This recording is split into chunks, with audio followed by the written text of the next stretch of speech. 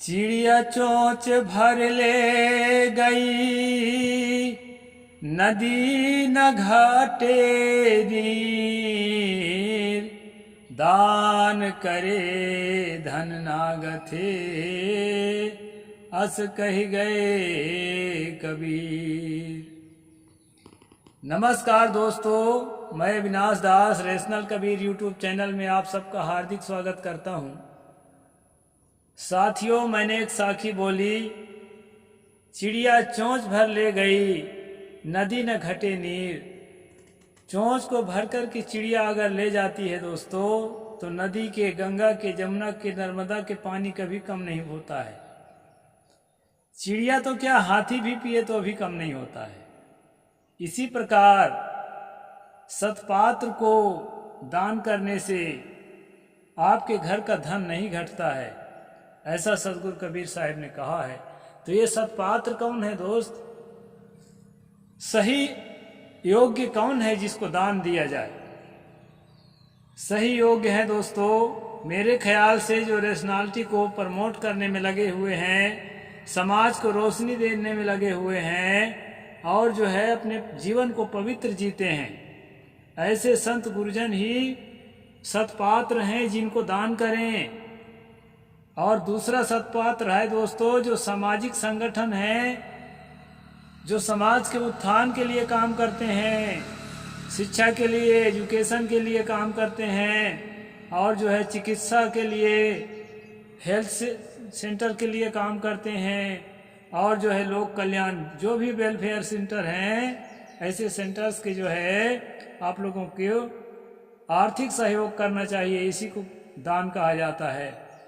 एक और सबसे महत्वपूर्ण दान की जगह है दोस्तों, जो असहाय हैं, दीन हैं, दुर्बल हैं, दुखी हैं, लाचार हैं, लोगों द्वारा सताए गए हैं, ऐसे लोगों की मदद करना भी महादान का काम है दोस्तों। तो ऐसे जगहों में आप दान करिए। आप मंदिर के दान पेटी में पैसा डालते हैं, आप मंदिर में रसीद कटाते हैं जाके, या किसी बाभन के कर्मकांड के लिए रुपया इकट्ठा करते हैं, टिन के टिन घी जो है स्वाहा करते हैं, ये सब धर्म नहीं है दोस्तों। ये सब दान का फल इसमें नहीं मिलेगा, बल्कि उल्टे जो है आपके मन में पाप समाएगा। देखिए, पाप समाने के बाद आदमी इतना अहंकारी हो जाता है कि कुछ भी करने को तैयार हो जाता है। अभी देवरिया की घटना को देखो ना, मैं किसी पक्ष का समर्थक नहीं हूं। जमीन मुकदमे में वो क्या नाम अभी दिमाग में नहीं आ रहा है, उस यादव को दुबे ने मार दिया, जान से मार दिया। अब आक्रोश में आकर के उस दुबे के परिवार के 5 लोगों को जान से हत्या कर दे। दिल को दहला देने वाली घटना आप लोग अखबार में या टीवी में देखे होंगे। तो दोस्तों, मन जब मैला होता है ना, तो कुछ भी नहीं सूझता है। इसलिए मैं बार बार कहता हूँ कि मन को पवित्र बनाए रखने का काम करो। अपने अंदर संतोष पैदा हो, दया पैदा हो, क्षमा पैदा हो और जो है सहजता पैदा हो। क्रोधहीन दशा मन में, मस्तिष्क में जो है क्रिएट करें। ऐसे दशा में जिएंगे तो कम से कम न्याय के लिए तो लड़ाई लड़ेंगे ही। मैं स्वयं लड़ रहा हूँ, ये लड़ ही तो रहा हूँ, लेकिन जो है इतना आक्रोश में आकर के असंवैधानिक नहीं होंगे।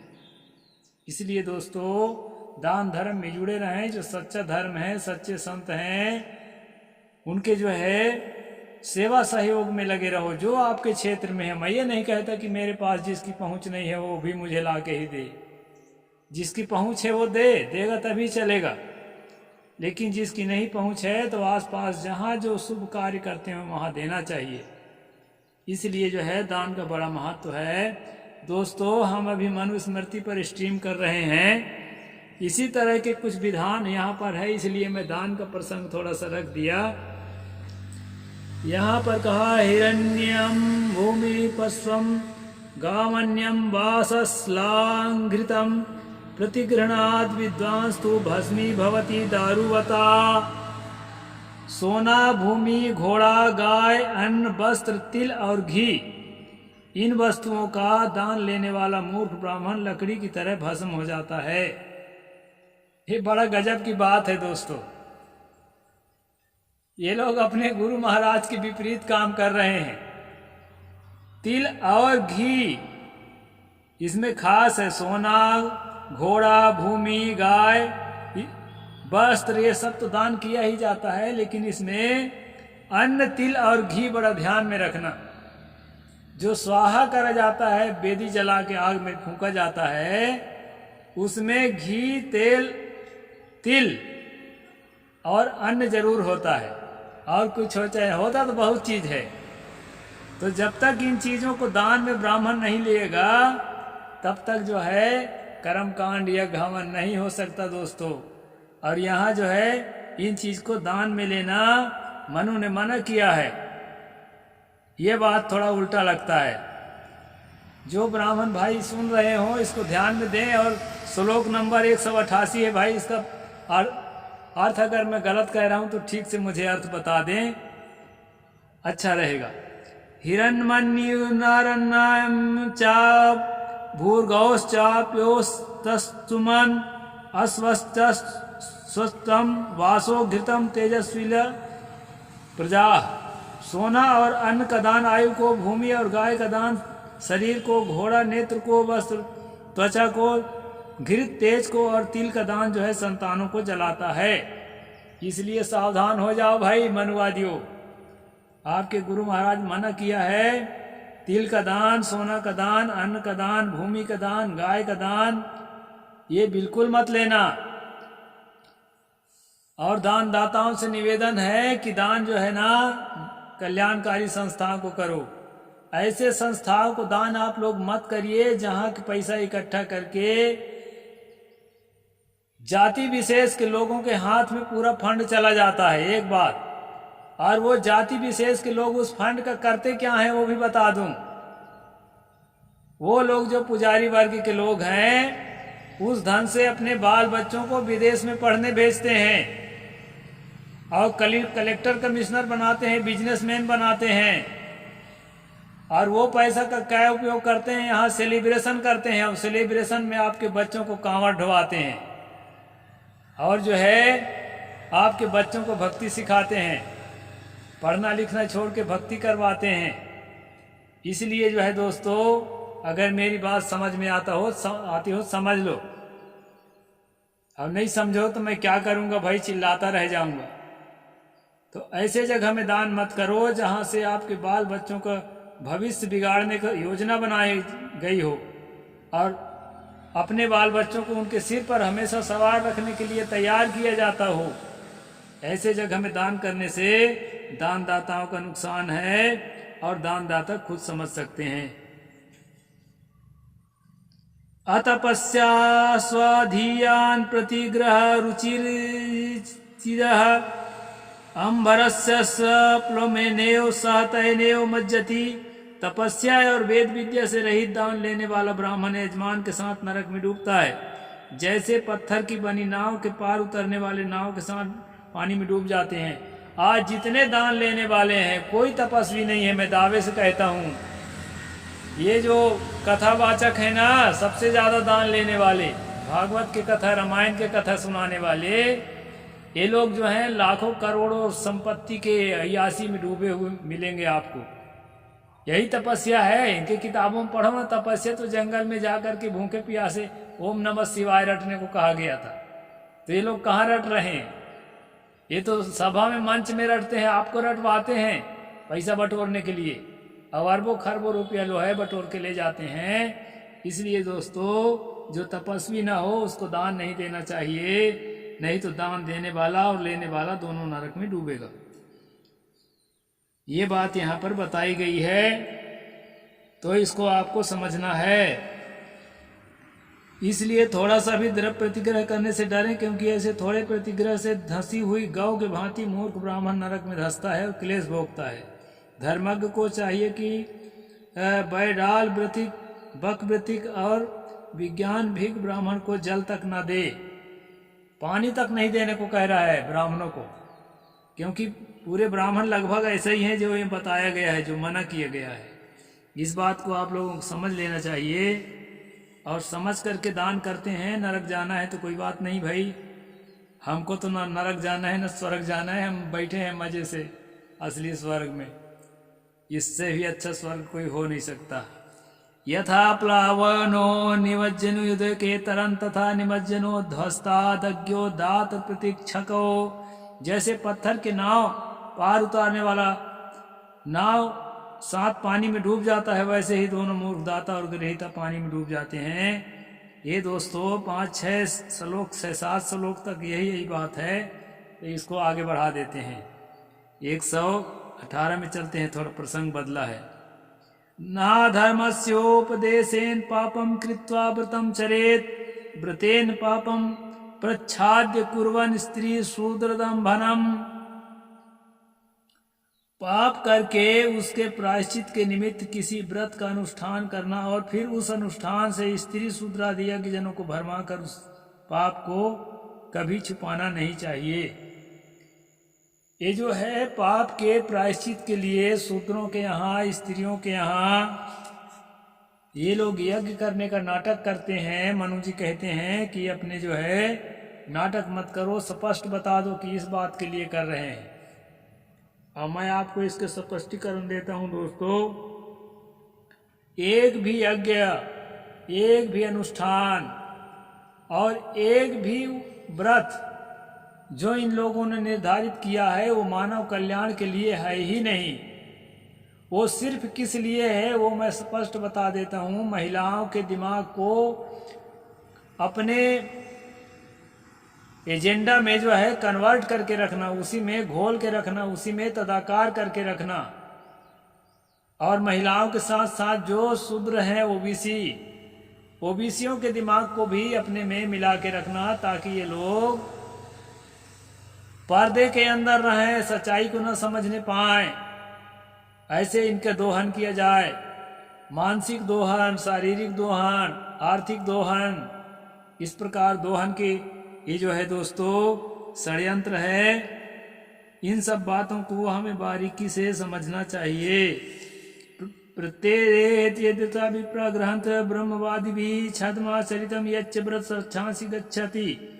ऐसे ब्राह्मण श्लोक और परलोक दोनों जगह वेद वक्ताओं द्वारा निंदित होते हैं। जो छल व्रत किया जाता है उसका फल राक्षसों को होता है। इसमें राक्षसों को फल मिलेगा। आप जो व्रत कर रहे हैं व्रत का फल आपको नहीं मिलेगा। और जन्म कहाँ मिलेगा ये भी बता रहे हैं। अलिंगो लिंग वेणेन यो वृत्ति जीवती सलिंग नाम हरत्येन मिस्तर्ग्यो यो जायते। जो ब्रह्मचारी ना होकर भी ब्रह्मचारी का चिन्ह धारण करके उनके वृत्ति से जीवन निर्वाह करता है, वह ब्रह्मचारियों के किए पापों को अपने लिए बटोरता है और मरने के बाद कुत्ता तिर्यक योनि में जाएगा। कुत्ता बन के जन्मना पड़ेगा यदि ब्रह्मचारी नहीं हो और दान लेते हो।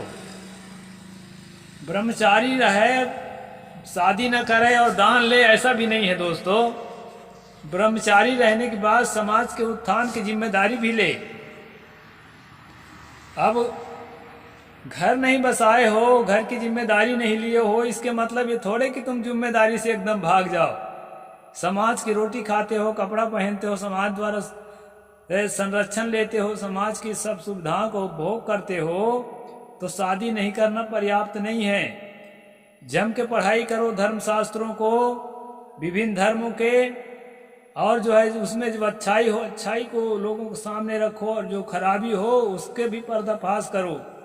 और जनता को असत्य से सत्य की ओर ले जाने के लिए, अकल्याण से कल्याण की ओर ले जाने के लिए जी जान से जो है जान हथेली में रखकर प्रयास करो। तब ब्रह्मचर्य का जो है रहने का सार्थकता है। नहीं तो शादी नहीं करना और दान ले लेके खाना इतने थोड़े है। कई लोग कहते हैं अरे हम तो ब्रह्मचारी हैं, हम काहे का कुछ करके खाएं। अभी मैं स्वयं जो है परिश्रम करता हूं और परिश्रम का खाता हूं। जो कोई दान करता है थोड़ा मोड़ा उसको भी मैं स्वीकार करता हूं, उसको ठुकराता नहीं। लेकिन ज़्यादातर जो है मैं, आप सबको मालूम है कि मैं आई ड्रॉप का काम करता हूं। एक साइंस का स्टूडेंट होने के कारण मैं साइंस के अंदर ही काम करता हूं और उससे जो है मैं अपनी आजीविका चलाता हूं। आप सब लोगों ने उसको भी पसंद किया है, ये मेरे लिए बड़ी खुशी की बात है। तो दोस्तों यहाँ पर ये बताया है कि ब्रह्मचारी का भेष धारण करके और जो है ब्रह्मचारी की तरह केवल निर्वाह नहीं करना है समाज की सेवा। ये तो नहीं बताया है समाज की सेवा की बात, मैं अपनी ओर से कह रहा हूँ। ये कहा है कुत्ते के योनि में जन्म लोगे, ऐसा बताया है। परकीय निपानेषु स्यायच्च कदाचन निपान कर्तु स्यात्वा दुस्त्रांत लिप्यते। दूसरे के बनाए हुए जलाशय में कभी भी स्नान न करे। स्नान करने से स्नानकर्ता पुष्कर खुदवाने वाले के पापों का अंश चतुर्भाग होता है। इस मूर्ख लेखक को यह नहीं मालूम है कि पुष्कर खोदना, तालाब खोदना पाप नहीं है, पुण्य है। ये कहता है अगर किसी के दूसरे के खोदे हुए तालाब में स्नान करोगे ना, तो तालाब खोदने वाले के पाप का चौथा हिस्सा तुम्हारे सिर पर आके थोपा जाएगा।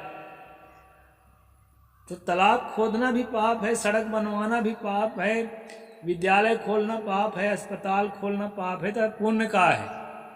अब मनु होते तो मैं खड़े होके सामने पूछता। तो कई बातें इस किताब में उल्टा पलटा भी हैं दोस्तों।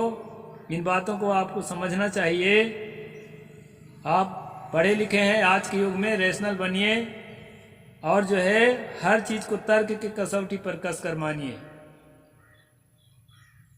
इसलिए जो है यहाँ कई चीज बताया है। किसी के रथ, सैया, आसन, कुआं, बगीचा, ग्रह के दाता के दिए हुए बिना उपभोग करने वाला पाप का चतुर्थांश भागी होता है। नदी, देवकुंड, पोखरा, सरोवर, सोते और झरने का नित्य स्नान करना चाहिए। मतलब जो है प्राकृतिक चीजों में नहा लो, लेकिन किसी के खोदा हुआ कुआं, तालाब इत्यादि के पानी का उपयोग मत करो, ऐसा जो है मनु का कहना है। ये नियम ब्राह्मणों के लिए है, ध्यान में रखना, आम जनता के लिए नहीं है। आप मजे से नहाइए धोइए। हाँ, यहाँ कहा है एक थोड़ा है उटपटांग, इसको भी पढ़ देता हूँ। नाश्रोत्रियतते यज्ञे ग्रामयाजी कृते तथा स्त्रिया क्लीबेंचा हुते भुंजित ब्राह्मणः क्वचित।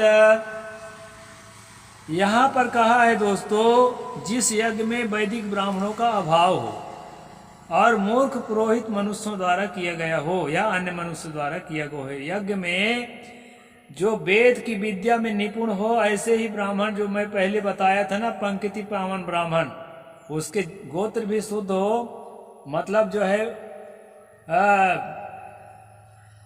क्या कहते हैं, इंटरकास्ट मैरिज न किया हो और इंटर कास्ट मैरिज वाले माता पिता से पैदा ना हुआ हो, और क्या करता हो, वेदों का उसको अच्छी तरह से ज्ञान हो, ऐसे ब्राह्मण से ही यज्ञ कराओ, यहाँ मनु कहते हैं। और जो है अन्य ब्राह्मण से मत कराओ, और जो अन्य आदमी है, ब्राह्मण है ही नहीं, उससे तो कराओ ही मत। और यदि जो है उस यज्ञ में भी सही ब्राह्मण यज्ञ कर रहा है, उस यज्ञ में भी अगर स्त्री आ गई है और आपके हवन कर दिया, किसी चीज को छू दिया, तो उस यज्ञ के अंदर ब्राह्मण को भोजन नहीं करना चाहिए, क्योंकि स्त्री के छूने से वो यज्ञ अपवित्र हो जाता है।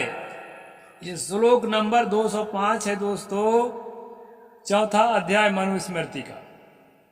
तो आप लोगों को मैं बता देता हूं कि मनुस्मृति एक ऐसी किताब है जिसमें नीति सदाचार की बात तो बीच में बताता है आपके मन को लुभाने के लिए, लेकिन मीठा खीर बनाकर दोस्तों, कल एक हमारे कमेंट के साथी ने लिखा था कि मीठा खीर में थोड़ा सा जहर मिला दिया जाता है, और ये जहर जो है उसको अमृत समझकर जो है पान करते हो, ये बहुत बड़ी मूर्खता है।